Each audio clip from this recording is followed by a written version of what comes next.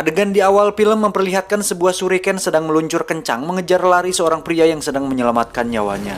Sampai di bahu jalan, pria tersebut berusaha meminta tolong dan menyetop truk yang hendak lewat. Sementara itu, Kenny Brandon sang pengemudi terus mengawasi pria tersebut dari dalam truknya. Ketika akan diselidiki, tiba-tiba sosok hitam bersayap menyambar pria tersebut lantas dibawanya terbang. Sosok tersebut adalah Creepers atau iblis lalai badut. Selang beberapa detik kemudian sebuah parang jatuh menancap di bagian cap truk, diikuti oleh bagian tangan Creepers yang jatuh terpenggal.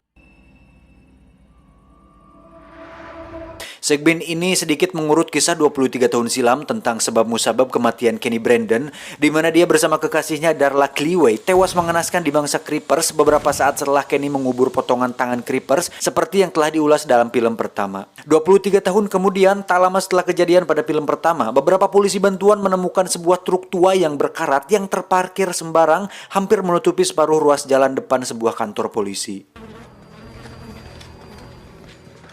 Setelah diketahui terdapat beberapa bungkus mayat di dalamnya, seorang polisi panik dan melaporkan hal tersebut kepada komandannya yaitu Sersan Dapis. Ketika diperiksa, Sersan mencurigai adanya praktik pembantaian dengan menggunakan truk tersebut. Namun secara mengejutkan, tiba-tiba rangkaian jeruji tajam menghujam lengan seorang personil sehingga seketika itu pun wajah Pak Sersan berubah tegang.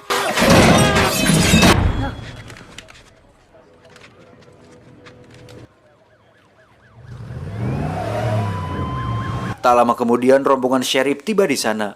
Menyaksikan hal tersebut, Tastego sebagai pemimpin rombongan menyampaikan kekagetannya dan memberitahu Sersan Dapis bahwa si pemilik truk seram itu adalah Creepers atau monster kuno pemakan organ tubuh manusia.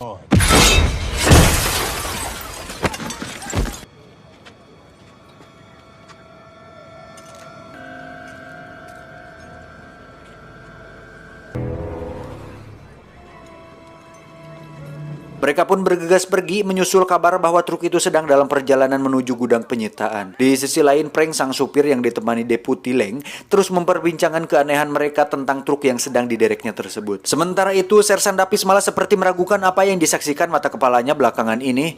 Bahkan ia seolah tak mempercayai apa yang sedang dibicarakan Sheriff Tastego. Tiba-tiba, sepasang mata nampak seperti sedang mengintai laju truk derek itu dari kejauhan. Dan benar saja, Creepers mendarat tepat di belakang atas truk dan memotong seling pengikatnya.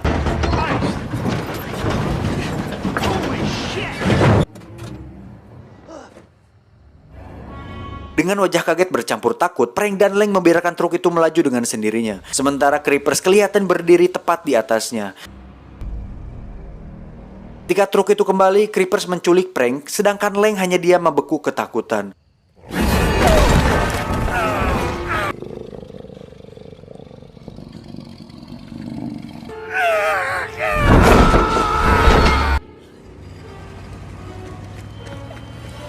Diceritakan esoknya, ketika hari belum menampakkan sinarnya, Galen ditemui penampakan arwah anaknya Kenny, di mana dia memperingatkan ibunya bahwa di musim semi tahun ini, Creepers akan bangkit kembali untuk mengambil bagian jasadnya yang dikubur tepat di mana ia berdiri saat itu.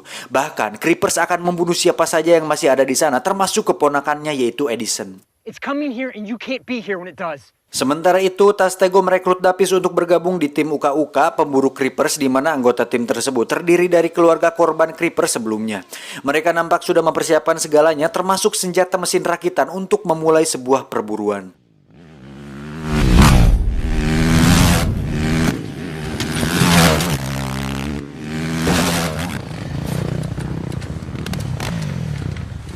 Sedangkan di tempat lain, sekelompok remaja petualang dikejutkan dengan penemuan truk Creeper sedang terdampar di sebuah ladang. Karena penasaran akan benda asing tersebut, mereka pun menghampirinya.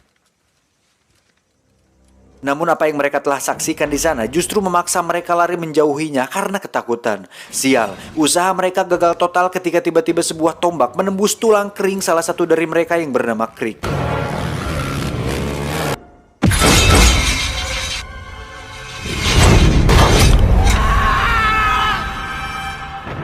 Alhasil mereka tertahan dan berbalik arah untuk menolongnya. Dan tiba-tiba muncullah creepers tepat di atas truk tersebut. Mereka yang semakin ketakutan spontan lari pontang-panting tanpa menghiraukan Crick yang sedang mengerang kesakitan. Namun kemalangan justru lebih dulu menimpa mereka ketika sebuah tombak memanggang tubuh keduanya. Tragedi mengerikan tersebut menyisakan satu orang terakhir yang dimana dia lebih memilih kabur untuk mencari aman. Meskipun akhirnya dia pun tak luput dari serangan creepers. Pasca pertemuan dengan arwahnya Kenny, Galen menyuruh Edison cucunya untuk mencari perlindungan sementara, yaitu di tempat saudaranya. Namun Edison merasa keberatan ketika dia harus meninggalkan kuda kesayangannya. Apalagi stok untuk pakan jeraminya sudah habis.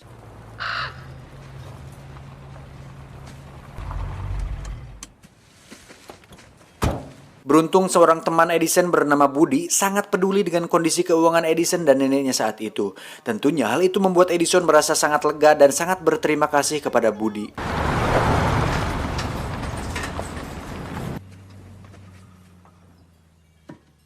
Dengan senang hati, Budi menemani Edison memberi makan kuda di kandangnya. Disinilah kumbang kejantanan Budi mulai tertarik untuk menghirup mekarnya benang sari cintanya Edison. Wanjing, ini bikin skrip luar biasa bangsatnya.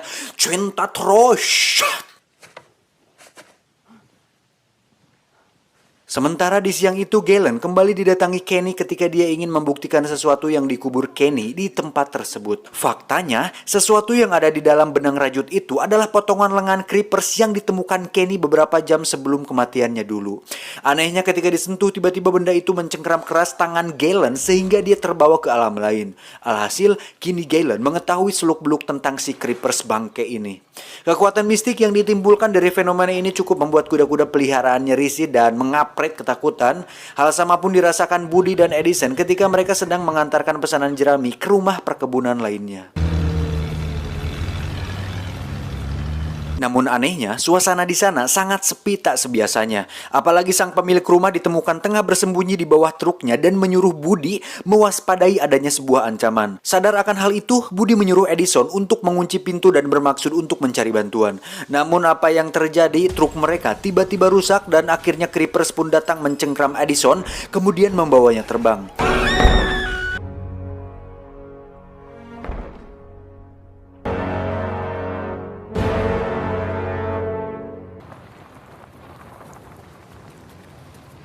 Di sisi lain, Tastego bersama Sersan Dapis mengunjungi Galen di rumah kebunnya. Di sana, mereka dijelaskan tentang kebangkitan creeper setelah 23 tahun hibernasi. Ketika Tastego mencoba menyentuh potongan tangan itu, tiba-tiba dia mengalami hal serupa seperti yang dialami oleh Galen pagi tadi. Tastego pun terkejut akan betapa kunonya makhluk tersebut.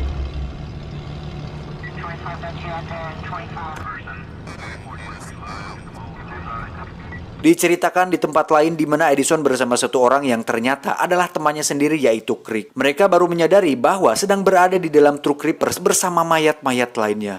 Mereka pun berusaha mencari cara untuk kabur, namun sial, Crick akhirnya tewas termakan perangkap di truk tersebut.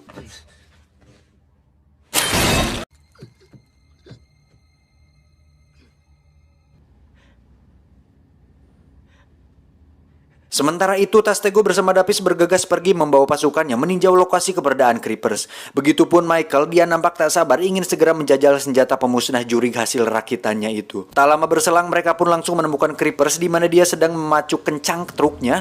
Tetapi ketika mereka berusaha menembakinya, ternyata lapisan vibranium pada semua bagian truk telah berhasil mementalkan semua materi peluru yang ditembakkan dan mengakibatkan tewasnya seorang Michael bersama supir truknya.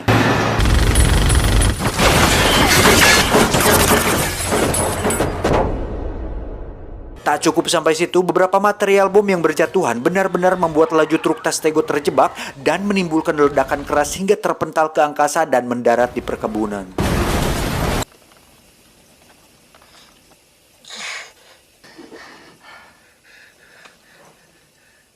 Sersan Dapis pun keluar dan mencoba menembak creepers. Tetapi semua usahanya itu hanya memancing kemarahan creepers saja. Beruntung Tastego berhasil mengalihkan perhatiannya, kemudian si creepers melompat ke udara.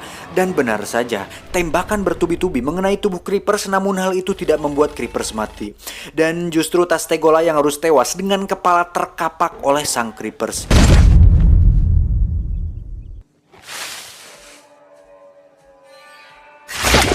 Sadar bahwa hanya dia satu-satunya yang tersisa, Sersan Dapis pun tak mau mengambil resiko dan langsung kabur dari sana.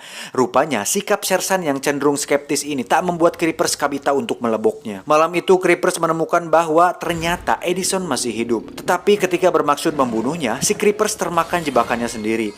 Situasi itu dimanfaatkan Edison untuk melarikan diri. Namun Creepers kembali bangkit dan menyerang meskipun berkali-kali gagal.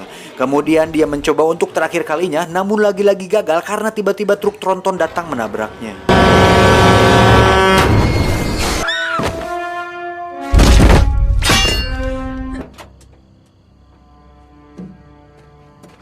Keadaan itu benar-benar membuat Creepers bertambah marah dan menculik sang sopir trailer tersebut untuk mengobati luka-lukanya. Edison berlari dan bersembunyi di balik rerumputan sebelum akhirnya ditemukan oleh Galen dan Budi.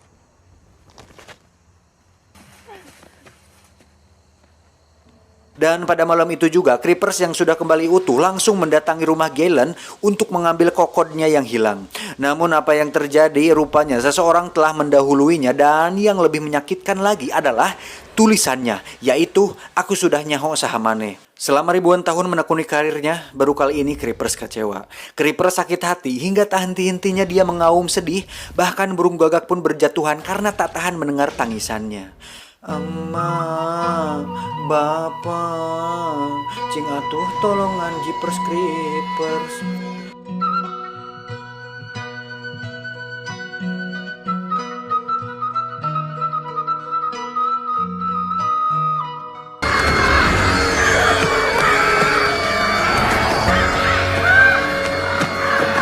Keesokan harinya, Budi kembali mendatangi Edison di rumahnya. Kali ini nampak jelas kebahagiaan terpancar dari aura wajah mereka. Pertanda sinyal VPN Turbo Master sudah tersambung dan tragedi pengencrotan pun berlangsung sangat...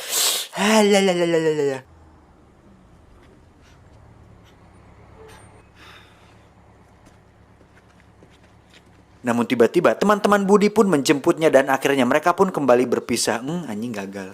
Inilah yang dinamakan cinta terhalang turnamen basket.